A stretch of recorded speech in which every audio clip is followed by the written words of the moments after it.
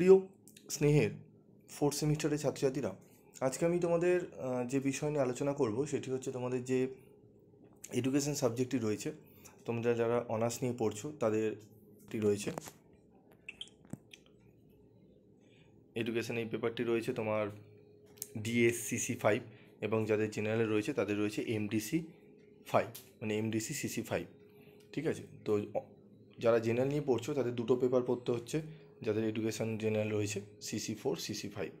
তো দুটো পেপারেরই study material তোমাদের তৈরি করা হয়ে গেছে, তোমাদের ইবুক রেডি হয়ে গেছে, এবং যারা অনার্সের রয়েছে তাদের DSCC 5 এবং DSCC 6 দুটো পেপারই তোমরা অ্যাভেলেবেল পেয়ে যাবে।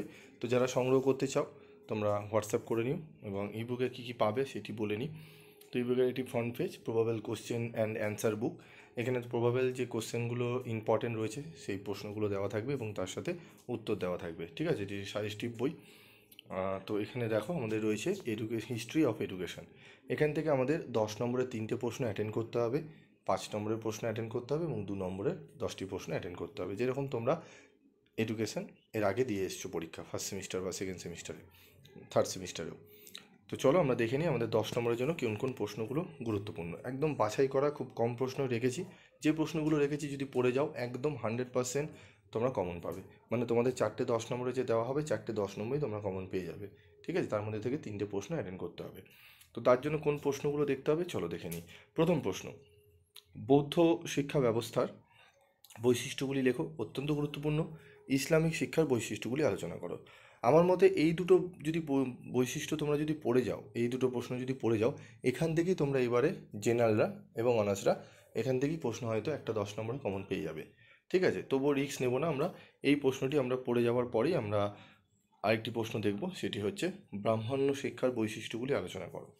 ঠিক আছে, এই 3টি প্রশ্ন খুব ভালো করে পড়তে হবে, 1 নম্বরে, 2 নম্বরে এবং 4 নম্বরে। ঠিক আছে, এবং তার সাথে যদি 3 নম্বরের প্রশ্নটি পড়তে পারি খুব ভালো হবে, ব্রাহ্মণ্য ও বৌদ্ধ শিক্ষা ব্যবস্থা তুলনামূলক আলোচনা করো।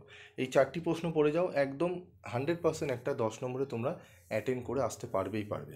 ঠিক আছে, এবার তোমাদের যেহেতু এটি নতুন, একদম তোমরা ফার্স্ট পরীক্ষা দেবে এই সিলেবাসের ওপর তোমাদের CCF-এ, তো একটু বেশি প্রশ্ন পড়াই শ্রেয়। তবে আমি কিছু তোমাদের স্ট্র্যাটেজি বলে দিচ্ছি, সেইভাবে যদি তোমরা পড়ো তোমাদের একটু কম পড়তে হবে। ঠিক আছে, অনার্স এবং জেনারেল উভয়দের কথাই বলছি।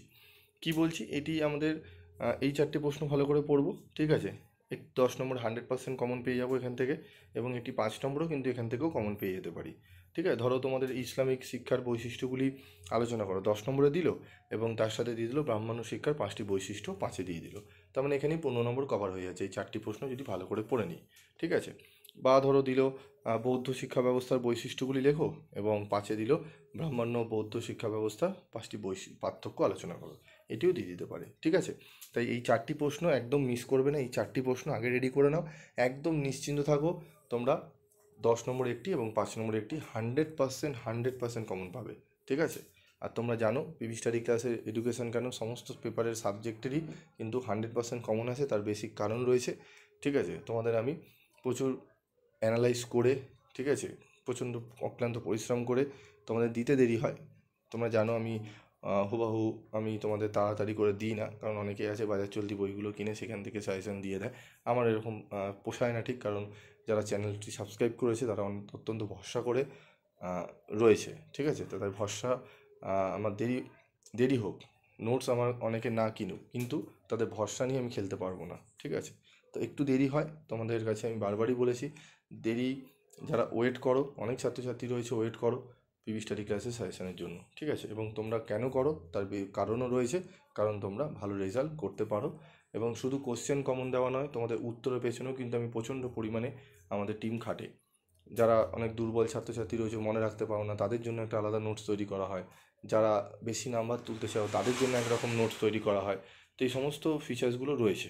তো চলো এবার আমরা দেখে নিই পরবর্তী আরও 2টি 10 নম্বরে তো আমাদের অ্যাটেন্ড করতে হবে, তার জন্য কোন প্রশ্নগুলো পড়বো। প্রথম এই 3টে প্রশ্নের মধ্যে দেখো, 1813 সালের শিক্ষা সনদ কীভাবে প্রাচ্য পাশ্চাত্য দ্বন্দ্বের সূচনা করেছিল তা আলোচনা করো, এই প্রশ্নটি। 2 নম্বর রয়েছে দেখো, হান্টার কমিশনের প্রাথমিক শিক্ষা সংক্রান্ত সুপারিশগুলি আলোচনা করো, এই প্রশ্নটি খুবই গুরুত্বপূর্ণ, স্টার মার্ক করা রয়েছে। উডের ডেসপ্যাচের শিক্ষা সংক্রান্ত সুপারিশগুলি আলোচনা করো। তো এখানে আমি তোমাদের বলবো, তোমরা প্রথম যে 4টে প্রশ্ন বললাম সেই 4টে প্রশ্ন পড়বে, মানে ইউনিট 1 থেকে ওই 4টে প্রশ্ন দেওয়া রয়েছে। এবং এই 1 নম্বর থেকে এখানে দেখো দেখছো, এখান থেকে তোমরা যদি আমি যে 4টে প্রশ্ন বলে দিচ্ছি সেই 4টে প্রশ্ন যদি এখান থেকেও করে নিতে পারো, এখান থেকেও তোমরা দুটো 10 নম্বরের প্রশ্ন কমন পেয়ে যাবে। তার মানে তোমাদের থার্ড চ্যাপ্টারে যেতেই হবে না। ঠিক আছে, আমি বলে দিচ্ছি কি করতে হবে। দেখো, এখানে তোমাদের 1-এর দাগের প্রশ্ন পড়বে, 2-এর দাগের প্রশ্নটি পড়বে, 3-এর দাগের প্রশ্নটিও পড়বে এবং 4-এর দাগের এই প্রশ্নটি পড়বে। শ্রীরামপুর ত্রয়ী কারা ছিলেন, শিক্ষাক্ষেত্রে তাদের অবদান আলোচনা করো। এই 4টি প্রশ্ন যদি তোমরা পড়ে নিতে পারো, এই 4টি প্রশ্ন এবং ওপরের 4টি প্রশ্ন, টোটাল 8টা প্রশ্ন। ঠিক আছে, এই 8টা প্রশ্ন যদি পড়ে নিতে পারো, 100% তোমরা দুটো 10 নম্বরের প্রশ্ন তো কমন পাবেই, তার সাথে আরেকটি 10 নম্বরের প্রশ্ন তোমরা কমন পেয়ে যাবে। ঠিক আছে, এবার তোমরা বলবে স্যার রিস্ক হয়ে যাচ্ছে না, আমরা তাহলে একটু রিস্ক নিয়ে ফেলছি না? যদি তোমাদের এরকম মনে হয়, যারা একটু পড়তে চাইছো, তাদেরকে আমি আরেকটি প্রশ্ন বলবো, সেটি হচ্ছে মাধ্যমিক শিক্ষা প্রসঙ্গে হান্টার কমিশনের সুপারিশগুলি লেখো। এই প্রশ্নটি পড়ে যাবে। ঠিক আছে, একদম নিশ্চিন্ত থাকো, তোমরা 3টে 10 নম্বরে অ্যাটেন্ড করে আসতে পারবে। ঠিক আছে, তার সাথে আমি আরেকটি প্রশ্ন রেখেছি, এই প্রশ্নটিও গুরুত্বপূর্ণ, তবে যদি পড়তে পারো খুব ভালো হয়। ঠিক আছে, স্যাটলার কমিশনের প্রধান সুপারিশগুলি আলোচনা করো, এগুলির মধ্যে কোনগুলি আজও প্রাসঙ্গিক। ঠিক আছে, অথবা দিয়ে রয়েছে স্যাটলার কমিশন কেন গঠিত হয়েছিল, বিশ্ববিদ্যালয় শিক্ষা সম্পর্কে কমিশনের সুপারিশগুলি তাৎপর্য উল্লেখপূর্বক আলোচনা করো। এই প্রশ্নটিও গুরুত্বপূর্ণ। টোটাল যদি তোমরা প্রথম 4টি এবং এই 6টি প্রশ্ন পড়ে যাও, আর তোমাদের কোনো প্রশ্ন পড়ার দরকারই পড়বে না। 10টি প্রশ্ন পড়ে গেলে একদম 4টে প্রশ্নই তোমরা কমন দেখতে পারবে। ঠিক আছে, 3টে প্রশ্ন তো অ্যাটেন্ড করে আসতেই পারবে, কোনো অসুবিধা হবে না, 3টে পারবে। ঠিক আছে, এবং তোমরা যদি বলো না স্যার আমরা থার্ড চ্যাপ্টারও পড়বো, আমরা পড়তে চাই, তো থার্ড চ্যাপ্টার থেকে মাত্র দুটো প্রশ্ন আমি তোমাদের বলে দিচ্ছি। সেই দুটো প্রশ্ন কি, একটি হচ্ছে গ্রামীণ বিশ্ববিদ্যালয় সম্পর্কে রাধাকৃষ্ণন কমিশনের সুপারিশ আলোচনা করো, এবং আরেকটি রয়েছে তোমাদের মাধ্যমিক শিক্ষার কাঠামো ও পাঠ্যক্রম সম্পর্কে কোঠারি কমিশনের সুপারিশগুলি লেখো।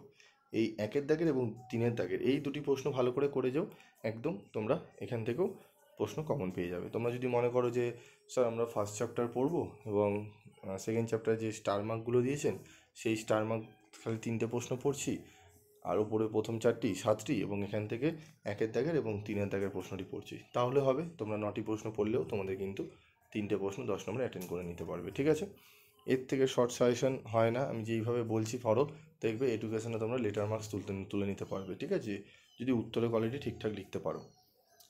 ঠিক আছে, তো 10 নম্বরের প্রশ্নগুলো আমি তোমাদের বলে দিলাম, বেশি প্রশ্ন দিইনি, খুবই কম প্রশ্ন দিয়েছি। পরবর্তী ভিডিওতে আমি 5 নম্বরের প্রশ্নগুলো নিয়ে আলোচনা করব এবং 2 নম্বরের প্রশ্নের কোশ্চেন আনসার সহ আমি আলোচনা করে দেবো। ঠিক আছে, এবং 2 নম্বরের প্রশ্নের যদি তোমরা উত্তর পেতে চাও ফ্রি অফ কস্টে, তাহলে অবশ্যই চ্যানেলটি সাবস্ক্রাইব করে রাখবে।